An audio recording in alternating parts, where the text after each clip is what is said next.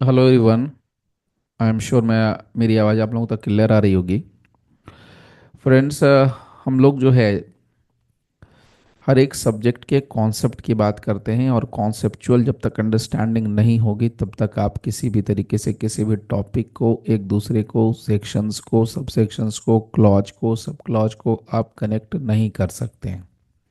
और अगर मान लीजिए उसको आपने कनेक्ट कर भी दिया तो वो कनेक्शन या तो हो सकता है बिना सिर पैर का भी हो सकता है, यानी कि जिसका जो कॉन्टेक्स्ट है, तो जब तक हम कॉन्टेक्स्ट के अकॉर्डिंग नहीं समझें उसका कॉन्सेप्ट को तब तक वो चीज़ें कनेक्ट नहीं होती हैं। तो आप में से बहुत से लोगों ने कहा था कि सर कॉन्सेप्चुअल जो टॉपिक्स हैं किसी भी सब्जेक्ट के लिए, तो स्पेसिफिकली बीएनएसएस या सीआरपीसी जो हम कहते हैं पुराने वाला, उससे रिलेटेड आप लोगों की एक डिमांड थी, वो डिमांड मैं फुलफिल कर रहा हूँ आप लोगों की। इसमें हम लोग क्या करने वाले हैं कि जो भी कॉन्सेप्ट वाली बातें हैं तो कॉन्सेप्ट के साथ उसको हम लोग यहाँ पर डील करेंगे, यहाँ पर रखेंगे। तो पहले हमेशा याद रखिए, पहले कॉन्सेप्ट लीजिए फिर कनेक्ट कीजिए। जब तक कॉन्सेप्ट नहीं हो तब तक कनेक्ट नहीं करना है, अदरवाइज दिक्कत हो जाती है। तो कॉन्सेप्ट, उसके बाद कनेक्ट, और वो भी कॉन्टेक्स्ट के साथ। अच्छा, यहाँ पर मैं एक चीज़ और बता, आगे बढ़ने के पहले मैं थोड़ा आप लोगों को रिमाइंड कर दूं कि जो लोग बिहार जुडिशल सर्विसेज या किसी भी जुडिशल सर्विसेज की तैयारी कर रहे हैं और ज्वाइन करना चाहते हैं कॉन्सेप्चुअल क्लास के लिए, मैं पहले ही बता दूं कि यहाँ पर हम लोग फास्ट रैपिड वाली बात नहीं कर रहे हैं। यहाँ पर हम लोग कॉन्सेप्चुअल जो होती है फाउंडेशन उसकी बात कर रहा हूँ। अगर आपको लगता है कि ज्वाइन करना चाहिए तो आप ज्वाइन कर सकते हैं। इसके लिए आपको व्हाट्सएप पर मैसेज करना चाहिए, और वहाँ पर जाकर के आप बात कर सकते हैं फर्दर।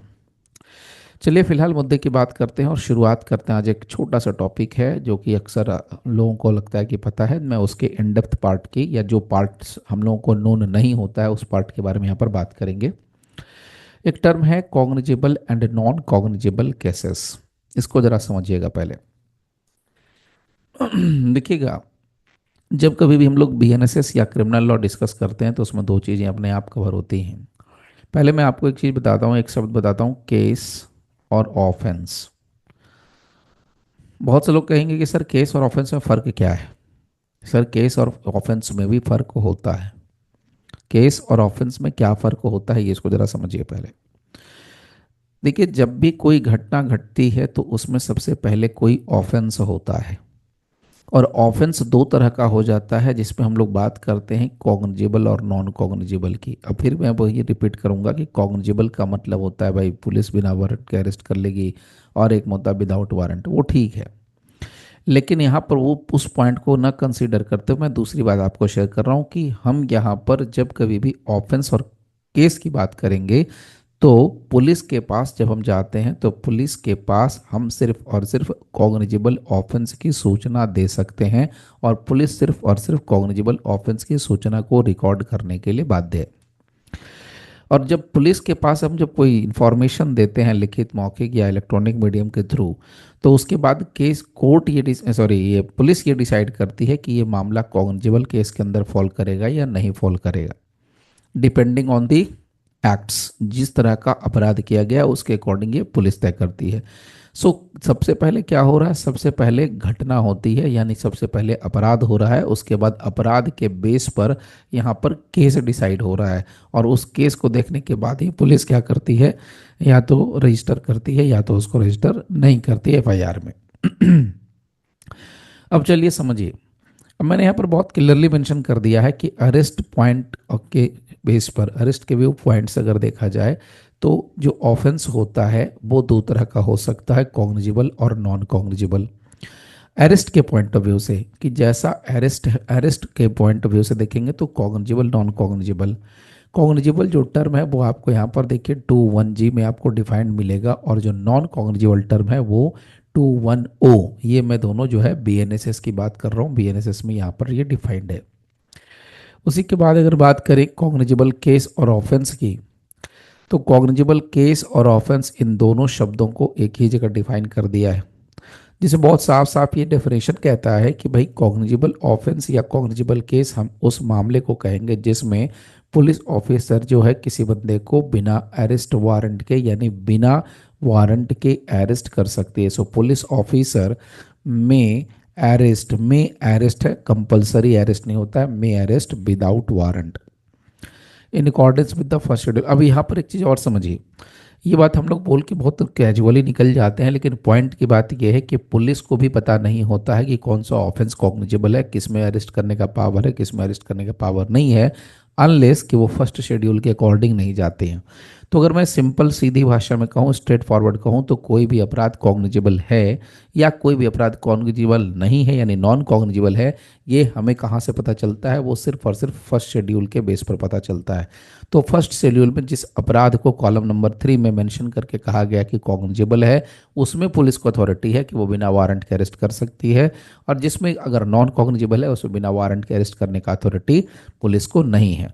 तो एक बात याद रखनी है कि फर्स्ट शेड्यूल बीएनएसएस में दिया गया है वो, या यहाँ पर एक और बात कही गई कि अगर कोई दूसरा तीसरा चौथा कोई कानून है यानी बीएनएसएस के अलावे, फर्स्ट शेड्यूल के अलावे, अगर वहाँ पर भी मेंशन कर दिया गया है कि कोई अपराध जो है होगा कॉग्निजेबल या नॉन कॉग्निजेबल, तो वो यहाँ पर भी एप्लीकेबल होगा। तो ये दोनों ही बात याद रखनी है। तो बीएनएसएस का फर्स्ट शेड्यूल या किसी दूसरे एक्ट के अंदर जो प्रोविजंस दिए हैं उसके अकॉर्डिंग भी पुलिस वारंट लेके अरेस्ट कर सकती है या बिना वारंट के अरेस्ट कर सकती है। देखिए, अभी जस्ट मैंने आपसे कहा कि शेड्यूल 1 में कॉलम नंबर 3 है बीएनएसएस का, जो ये बताता है कि कॉग्निजेबल होगा ऑफेंस या नॉन कॉग्निजेबल होगा। लास्ट आइटम ऑफ शेड्यूल 1 जो है क्लासिफिकेशन ऑफ ऑफेंस की बात करता है। तो यहाँ पर हम लोग ये मेंशन करना चाह रहे हैं कि जो फर्स्ट शेड्यूल के बाद जो फर्स्ट शेड्यूल जो उसका जो सेकंड आइटम है, तो सेकंड आइटम या लास्ट आइटम है, उसमें क्लासिफिकेशन बताया गया और उसमें दूसरे एक्ट के हिसाब से, किसी दूसरे कानून के हिसाब से बताया गया है कि कोई अपराध कॉग्निजेबल होगा कि नॉन कॉग्निजेबल होगा, उसके बारे में यहाँ पर बताया गया है। That is special law. Special law के मामले में कहा गया कि कोई भी अपराध जिसमें 3 साल से ऊपर की सजा होती है, 3 साल ये है ऊपर, तो 3 साल से लेकर डेथ सेंटेंस तक की बात कर लें, या लाइफ इम्प्रिजनमेंट की बात कर लें, या 7 साल से ऊपर के जेल की सजा की बात कर लें, तो वो सामान्यतः जनरली कॉग्निजेबल ऑफेंस या कॉग्निजेबल केस की कैटेगरी में फॉल करता है। ये स्पेशल लॉ के लिए मैं बात पहले क्लियर कर दे रहा हूँ। पुलिस है अब आगे देखिए, जहां पर मामला कॉग्निजेबल ऑफेंस का होगा वहां पर पुलिस को क्या है, बीएनएसएस के तहत सेक्शन 35 में बिना वारंट के अरेस्ट करने का अधिकार है। अब यहाँ पर एक छोटा सा पार्ट समझना जरूरी है कि बीएनएसएस में फर्स्ट शेड्यूल बताता है कि ये पर्टिकुलर ऑफेंस कॉग्निजेबल है, ये पर्टिकुलर ऑफेंस कॉग्निजेबल नहीं है। तो फिर सेक्शन 35 क्या बताता है, सेक्शन 35 क्या बताता है? तो जब सेक्शन 35 पर आप जाओगे तो सेक्शन 35 बहुत क्लियरली मेंशन करता है। मैं आपको जरा सेक्शन 35 भी दिखा देता हूँ। देखिए, ये रहा हमारा मैं इसको थोड़ा स्क्रॉल कर लेता हूँ। देखिए, ये रहा हमारा सेक्शन 35, थोड़ा फास्ट मैं कर रहा हूँ आप लोगों के लिए। ये रहा हमारा 34 एंड 35। ये 35 और शेड्यूल 1 में फ़र्क क्या है? जब यहाँ आपने कहा कि वेन पुलिस में अरेस्ट विदाउट वारंट, कब पुलिस वाले जो है बिना वारंट के अरेस्ट कर सकते हैं, और शेड्यूल 1 में भी आप यही बात कह रहे हो कि वहाँ पर कोई ऑफेंस का है, तो डिफरेंस क्या है? तो इसको जरा अच्छे से समझ लीजिए। सेक्शन 35 में उन सिचुएशंस को बताया गया है कि जहां पर पुलिस बिना वारंट के अरेस्ट कर सकती है। मैं फिर से रिपीट कर रहा हूं, सेक्शन 35 में उन सिचुएशंस को डील किया गया है जहां पर वो बिना वारंट के अरेस्ट कर सकती है, परिस्थिति बताता है। और अगर आप शेड्यूल में जाएंगे तो शेड्यूल की जो कॉलम नंबर 3 है उसमें आपको परिस्थिति नहीं बताई गई, उसमें सीधा अपराध बताया गया कि ये अपराध कॉग्निजेबल होगा। तो मतलब ये समझना कि मान लीजिए कोई अपराध अपने आप में कॉग्निजेबल इन नेचर तो है, उसमें पुलिस तो बिना वारंट के अरेस्ट तो कर सकती है, लेकिन सेक्शन 35 के प्रोविजंस के हिसाब से क्या उसको अरेस्ट करना चाहिए या उसको अरेस्ट नहीं करना चाहिए, ये बात सेक्शन 35 क्लियर करेगा। मतलब अपराध अपने आप में वो है कॉग्निजेबल, किया जा सकता है, लेकिन 35 बताएगा कि हाँ आपको जाके करना चाहिए या आपको नहीं करना चाहिए, आपको अरेस्ट करने की जगह पर उसको नोटिस भेजना चाहिए या नहीं भेजना चाहिए, ये 35 ही बताएगा। तो ये फर्क बहुत से लोग नहीं समझते हैं, तो वो मैं आपको यहाँ पर क्लियर कर रहा हूँ। इसलिए मैंने कहा कि आज हम लोग इसके बारे में इन डेप्थ बात करेंगे। नाउ अब इसमें आइए आगे। पुलिस के पास अगर हम यहाँ पर बात करें कि जहाँ पर कोई कॉग्निजेबल ऑफेंस का मामला है, तो सेक्शन है 175 175 सब सेक्शन 1 बीएनएसएस का, जो कि पुलिस को ये अथॉरिटी देता है कि वो इन्वेस्टिगेशन बिना मजिस्ट्रेट के आदेश के वो कर सकते हैं। नाउ इसे एग्जांपल के तौर पर अगर हम बात करें तो कॉग्निजेबल ऑफेंस एग्जांपल हो गया जैसे rape under section 64 BNSS, dowry death, etc जो भी है, ये सब कॉग्निजेबल ऑफेंस की बात करते हैं। ठीक है। तो कॉग्निजिबल ऑफेंस के लिए अभी तक हमने दो तीन बातें याद रखनी कि कॉग्निजिबल ऑफेंस वो ऑफेंस है जो फर्स्ट शेड्यूल में दिया है। कॉग्निजिबल ऑफेंस में पुलिस के पास अथॉरिटी है कि वो अरेस्ट कर सकती है। पुलिस के पास जब केस आता है कॉग्निजिबल ऑफेंस का केस आता है और केस भी कॉग्निजिबल होगा तभी केस रजिस्टर होगा, अदरवाइज केस रजिस्टर 173 बीएनएसएस में नहीं होगा। उसके बाद नेक्स्ट पार्ट ये है कि सेक्शन 35 बताता है कि जब पुलिस अरेस्ट करेगी बिना वारंट के तो वो कौन सी सिचुएशंस होंगी, तो वो यहाँ पर वो 35 में बताया गया है। अब जरा आगे बढ़ के बात कर लेते हैं नॉन कॉग्निजिबल ऑफेंस की और नॉन कॉग्निजिबल केस की। तो सिंपल मामला है कि नॉन कॉग्निजिबल ऑफेंस की अगर हम बात करेंगे तो ये ऑफेंस का जो कैटेगरी है वो कहाँ से मिलेगा, फर्स्ट शेड्यूल में मिलेगा और कॉलम नंबर 3 पे आपको दिखेगा बीएनएसएस के। ठीक। अब यहाँ से पता चल जाएगा कि कौन सा अपराध, मैं फिर से रिपीट कर रहा हूँ, कौन सा अपराध कॉग्निजिबल है, कौन सा अपराध नॉन कॉग्निजिबल, तो कौन सा अपराध नॉन कॉग्निजिबल ये पता चलेगा। अब केस, पुलिस के पास जो केस जाता है वो केस कॉग्निजिबल है कि नॉन कॉग्निजिबल ये पुलिस को डिसाइड करना होता है। अगर किसी केस में अगर 2 3 4 5 6 सेक्शंस लगे हैं, मान लीजिए कि एक नंबर ऑफ सेक्शंस मैं बताऊं कि 6 7 सेक्शंस लगे हैं और उसमें से कोई एक सेक्शन कॉग्निजिबल निकल गया तो पूरा का पूरा केस कॉग्निजिबल है, फिर पुलिस उसका एफआईआर रजिस्टर करेगी। अगर एक भी सेक्शन कॉग्निजिबल नहीं है तो फिर वो केस अपने आप में नॉन कॉग्निजिबल केस बनेगा। नॉन कॉग्निजिबल केस और ऑफेंस, इसका डिफिनेशन है 21O बीएनएसएस में डिफाइन किया है। ये एक बहुत क्लियर कहता है कि यहाँ पर पुलिस के पास कोई अथॉरिटी नहीं है कि वो बिना वारंट के किसी व्यक्ति को अरेस्ट कर लेगी। ठीक है। तो पुलिस कैन नॉट इनिशिएट इन इन्वेस्टिग, और सबसे इंपॉर्टेंट बात कि अगर कोई मामला नॉन कॉग्निजिबल ऑफेंस का है तो पुलिस उसमें अपनी तरफ से कोई भी इन्वेस्टिगेशन नहीं कर सकती है बिना the order of the magistrate. 174 का सबसेक्शन 2। आगे बढ़िए। यदि मान लीजिए कि पुलिस ने, अब यहाँ पर 174 का 2 यानी कि 174 सबसेक्शन 2 बीएनएसएस यहाँ पर कह रहा है कि बिना मजिस्ट्रेट की अथॉरिटी के आप इन्वेस्टिगेशन कर ही नहीं सकते। अब अगर मान लीजिए कर दिया तो क्या होगा, अगर पुलिस ने मजिस्ट्रेट से बिना अथॉरिटी लिए बिना परमिशन लिए अगर इन्वेस्टिगेशन कर दिया, पुलिस रिपोर्ट तैयार कर दी, तब क्या होगा, बर्बाद हो जाएगा, रद्दी हो जाएगा, क्या होगा।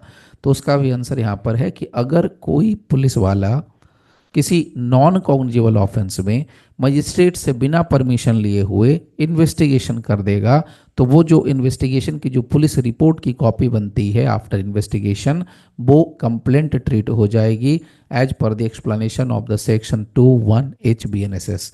अब 21H में क्या है, 21H में कंप्लेंट का डेफिनेशन है।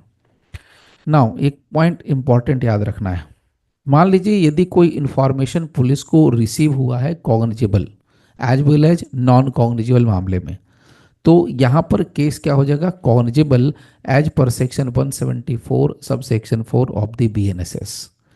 अगर हम बात करें नॉन कॉग्निजिबल ऑफेंस की तो सामान्य तौर पर नॉन कॉग्निजिबल ऑफेंस जो एग्जांपल अगर मैं दूं तो जितने भी ऑफेंसेस रिलेटिंग टू मैरिज होते हैं वो नॉन कॉग्निजिबल होते हैं।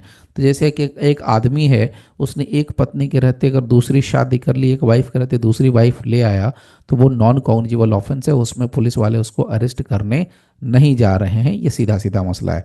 अब आप लोग देखेंगे फिल्मों में कि पुलिस आ जाती है उठा के ले जाती है, भाई अरेस्ट नहीं कर सकते, सीधा मामला। उसमें कोई दूसरा तीसरा सेक्शन अगर लग जाएगा, केस को कॉग्निजिबल बना लिया जाएगा, तब वो अरेस्ट हो सकता है, अदरवाइज उसको अरेस्ट करने का कोई प्रावधान नहीं है। तो यहाँ पर दूसरा मामला, यहाँ पर वही बात मैंने लिख दी कि सेक्शन 81 से लेकर के सेक्शन 84 तक जिसमें कि ऑफेंसेज रिलेटिंग टू मैरिज हैं जनरली अपने आप में नॉन कॉग्निजिबल होता है। तो ये था हमारा कॉग्निजिबल नॉन कॉग्निजिबल से रिलेटेड इन डेप्थ टॉपिक जो कि हम लोगों ने आज के सेशन में डिस्कस किया, कवर किया। आपको इसके बारे में कुछ और जानना है या आपका इसमें कुछ ओपिनियन है तो आप ऐड ऑन कर सकते हैं, कमेंट बॉक्स में जाके कमेंट में लिख सकते हैं। फिलहाल अभी के लिए आज के लिए बस इतना ही रखते हैं, मिलते हैं फिर एक नए वीडियो के साथ, तब तक थैंक यू वेरी मच। फिर डिस्कस करेंगे एक नए कॉन्सेप्ट की